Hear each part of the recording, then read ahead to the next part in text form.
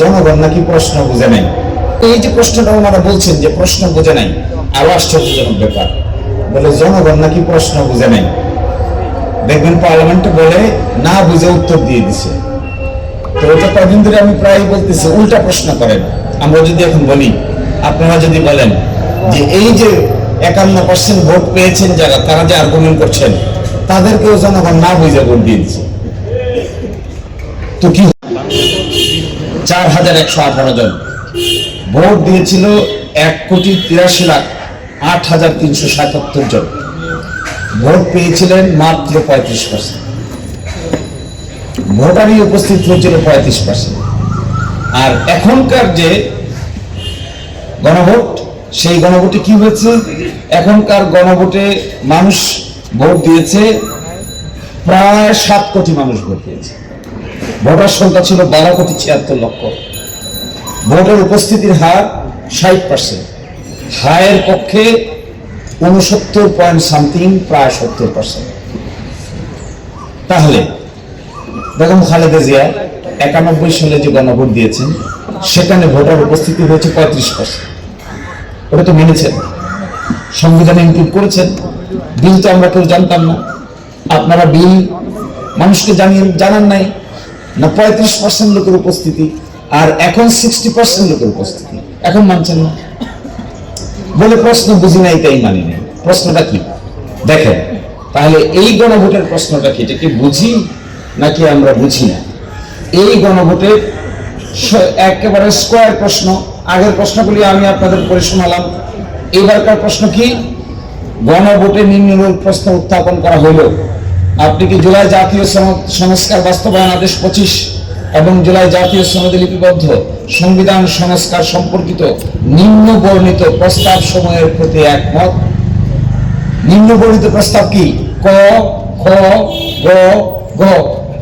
আপনি দেখবেন ভোটের ব্যালটে 4টি ছিল। আর আপনাদের ভোটের ব্যালটে কি ছিল?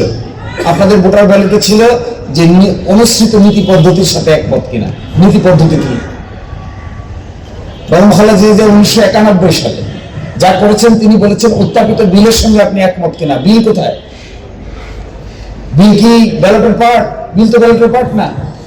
তাও সমর্থন পেয়েছিলেন 35 ভাগ। আর এইভাবে বলে সমর্থন পাওয়া গেছে 60 ভাগ, প্রায় 70 ভাগ ভোটারদের কাস্ট হয়েছে 60 ভাগ। তাহলে প্রশ্ন দাঁড়াচ্ছে, এখন যে কথা বলছেন আমার লার্নেড ফ্রেন্ডরা,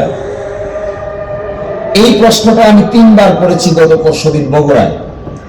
আমার এক স্বনামধন্য পার্লামেন্টারিয়ান তিনি বলেছেন এই প্রশ্নটা করতে নাকি 3 ঘন্টা সময় লেগেছে ওনাদের।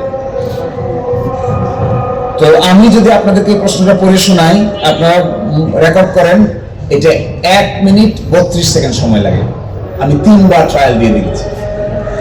তো 1 মিনিট 32 সেকেন্ডে আমরা যা করতে পারি, ওনাদের যদি এটা 3 ঘন্টা সময় লাগে, তাহলে তো নানান প্রশ্ন উত্থাপন হবে।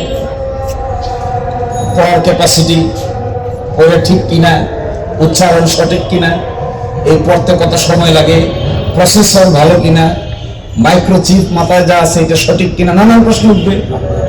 আমার আপনাদের জন্য যদি এক মিনিট, আপনি পড়েন না, এখন একজন সাংবাদিক পড়েন, এটা দেখবেন একদম 1 মিনিট 32 সেকেন্ড লাগবে। তা না হয় 1 মিনিট 40 সেকেন্ড লাগলো, তা না হয় 2 মিনিটই লাগলো।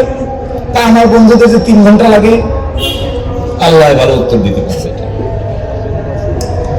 সেকেন্ড ইম্পর্টেন্ট কোশ্চেন, তাহলে এই যে প্রশ্নটা ওনারা বলছেন যে প্রশ্ন বুঝে নাই, আরো আশ্চর্যজনক ব্যাপার, বলে জনগণ নাকি প্রশ্ন বুঝে নাই। দেখবেন পার্লামেন্টে বলে না বুঝে উত্তর দিয়ে দিছে। তো এটা কদিন ধরে আমি প্রায় বলতেছি উল্টা প্রশ্ন করেন। আমরা যদি এখন বলি, আপনারা যদি বলেন যে এই যে 51% ভোট পেয়েছেন যারা, তারা যে আর্গুমেন্ট করছেন তাদেরকেও জনগণ না বুঝে ভোট দিয়ে দিচ্ছে, তো কি হবে? কথাটার অর্থ কি হবে?